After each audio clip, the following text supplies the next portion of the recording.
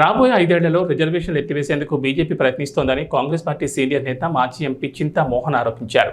Rajamahendravaram press క్లబ్లో మంగళవారం విలేకరుల సమావేశంలో మాట్లాడారు. విభజించు పాలించు ధోరణిలో బీజేపీ ఉందన్నారు. సుప్రీంకోర్టు ద్వారా దేశంలో రిజర్వేషన్లు తీసివేసేందుకు కుట్ర జరుగుతుందని చెప్పారు. ఎస్సీ వర్గీకరణ విషయంలో సుప్రీంకోర్టు ఇచ్చిన తీర్పును తాను సంపూర్ణంగా ఖండిస్తున్నానన్నారు. రాష్ట్రంలో అమరావతి, పోలవరం తప్ప ముఖ్యమంత్రి చంద్రబాబు ఇంకేమీ పట్టించుకోవడం లేదన్నారు. వైఎస్ రాజశేఖర రెడ్డి మొదలుకొని జగన్ వరకు పోలవరానికి ఎన్ని వేల కోట్లు ఖర్చు పెట్టారో లెక్కను చెప్పాల్సిన బాధ్యత చంద్రబాబుపై ఉందన్నారు.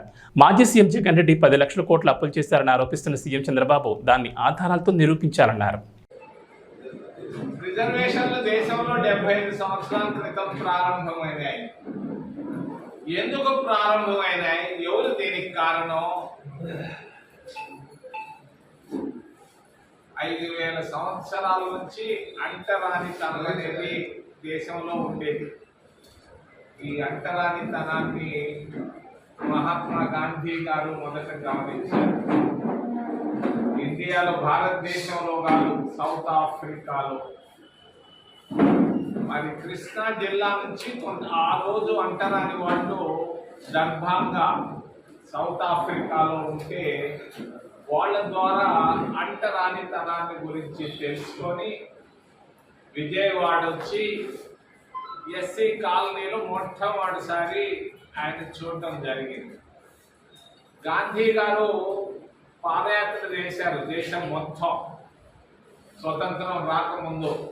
ఆయన రెండు విషయాలు ప్రస్తావించడం జరిగింది మహాత్మా గాంధీ గారు. ఆ రోజు ఆకలి ఎక్కువగా ఉంది, ఆహార ధాన్యాల కొరత ఉంది, పేదరికం కొట్టొచ్చినట్టు కనపడతా ఉన్నా కూడా ఆయన 5 నిమిషాలు ప్రతి దగ్గర మాట్లాడాడు. మరి కేరళ నుంచి కాశ్మీర్ దాకా ఆయన ప్రస్తావించింది మొదటి అంశం స్వాతంత్రం భారతదేశానికి. రెండవది అంటరానితనం, హరిజనోద్ధారణ. అంత ఆకలి, అంత పేదరికం ఉంటే పేదరిక నిర్మూలన అనే మాటే గాంధీ గారి నోటికుండా రాలేదు. ఆయన ఎప్పుడు అంటరానితనం నిర్మూలన, హరిజనోద్ధరణ అన్నాడు.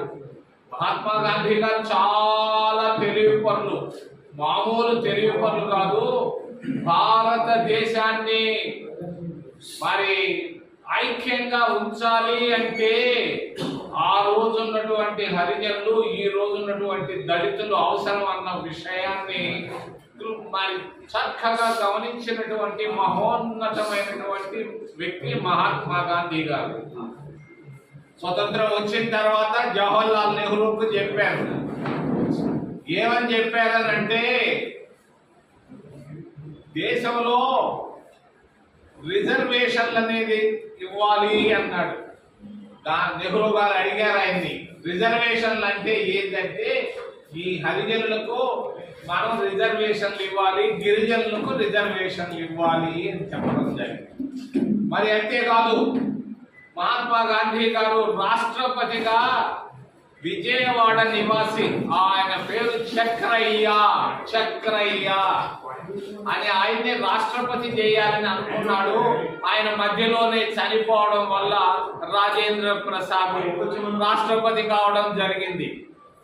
మరి ఏది ఎట్టాగైనా కూడా దేశంలో రిజర్వేషన్లకు మరి మహాత్మా గాంధీ, జవహర్లాల్ నెహ్రూ గారి స్ఫూర్తి. మరి అంబేద్కర్ గారి తెలివితేటలు. రాబోయే 4 సంవత్సరాల్లో భారతదేశంలో రిజర్వేషన్లు తీసేయాలన్న ఆలోచనతో భారతీయ జనతా పార్టీ, ఆర్ఎస్ఎస్ కుట్ర పడుతున్నాయి. ఆ కుట్రలోనే మొదటి భాగం మొన్నొచ్చినటువంటి సుప్రీంకోర్టులో వచ్చినటువంటి రిజర్వేషన్ల పైన వర్గీకరణ. మరి ఈ వర్గీకరణ ఆయన ఫిబ్రవరిలో మోడీ గారు 2 ముద్దులు పెట్టి 2 హబ్బులు కట్టాడు అక్కడ మరి హైదరాబాద్లో. దాని ప్రకారంగానే సుప్రీంకోర్టులో తుషార్ మెహతా అనే ఆయన ద్వారా ఆర్గ్యుమెంట్లు చేయించి వర్గీకరణకు ఆయన బీజం వేయడం జరిగింది. భారతీయ జనతా పార్టీ ఆలోచన ఒకటి, విభజించు పాలించు అన్నదే వాళ్ళ ఆలోచన. తర్వాత 4 సంవత్సరాల తర్వాత 2028, 29లో ఈ రిజర్వేషన్లు తీసేసేదానికి సుప్రీం కోర్టు ద్వారా ఒక నిర్ణయాన్ని తీసుకునే దానికి కుట్రలు జరుగుతున్నాయనే విషయాన్ని మీ ముందుంచదలుచుకున్నాను. అప్పుడే కుట్రలు జరుగుతున్నాయి. సుప్రీం కోర్టు అనేది ఒక నేషనల్ కోర్టు.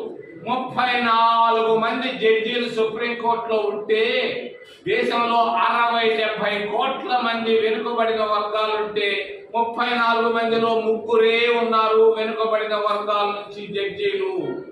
దేశంలో 20 కోట్ల మంది మైనారిటీలుంటే ఒకే ఒక వ్యక్తి జడ్జిగా ఉన్నారు. మన జడ్జీలకు పేదరికం అంటే తెలియదు, ఆకలి అంటే తెలియదు. వీళ్ళు ఎప్పుడు ఒక ఎస్సీ కాలనీకి వెళ్ళి మంచినీళ్లు తాగారన్నదే దాఖలాలు లేవు ఇప్పటి వరకు.